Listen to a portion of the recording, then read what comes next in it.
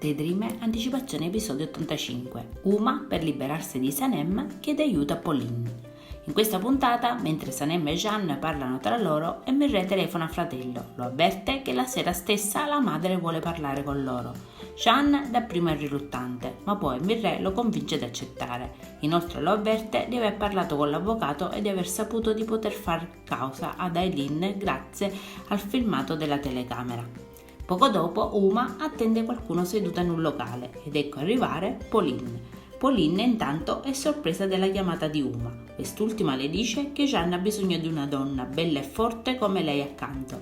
Ne è sicura perché è sua madre. Le dice poi che sta facendo tutto il possibile per liberarsi di Sanem. Sanem e Leila intanto tornano a casa. Sanem racconta alla sorella che Jeanne è sconvolto e si fida solo di lei.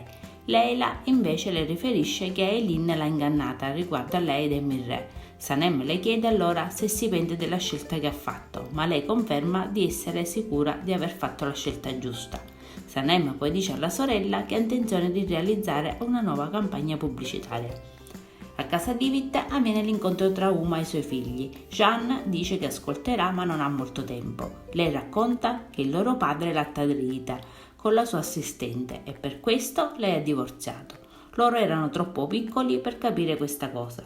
Inoltre il padre le avrebbe fatto scegliere chi portare con sé, tra Jeanne e Emirè che era piuttosto piccolino. Nonostante tutto ha vissuto per anni con l'odio di Jeanne nei suoi riguardi senza rivelare nulla. Uma aggiunge poi che Jeanne si fida troppo di Sanem e non dovrebbe farlo. Lei gli sta parlando come socio, non come madre, e un giorno le crederà. L'assistente di Fabri intanto gli chiede se è vero che ha rubato la campagna pubblicitaria dei Divit. Alla sua risposta affermativa gli chiede indignata come abbia potuto farlo. Intanto la sua assistente dice a Fabri che ha rovinato tutto e che McKinnon non gliela farà passare liscia, con il risultato che l'azienda ci rimetterà.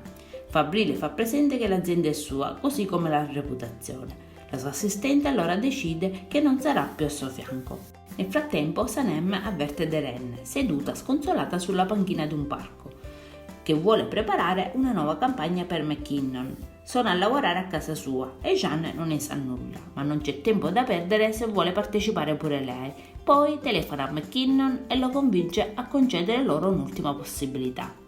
Jeanne e Emirè vanno insieme in palestra e parlano di quanto accaduto. Jeanne dice al fratello che forse la madre sta mentendo, perché ricorda quanto il padre fosse sconvolto quando lei se n'era andata via. Emirè risponde che sa quanto lui si è arrabbiato con la madre, ma lei rimane pur sempre la loro madre. Quella sera a casa di Dean l'intera squadra dell'ufficio sta lavorando su un nuovo progetto all'insaputa di Jeanne. Deren dice a Sanem di volerle parlare e si scusa per via di Aileen che aveva fatto passare l'idea sua come se fosse la propria. Sanem le dice che non è un problema perché ora stanno lavorando insieme, dovrebbero anzi quasi ringraziare Aileen per questo. Adesso non ci resta che guardare l'episodio, io vi saluto e vi aspetto al prossimo video. Bye bye!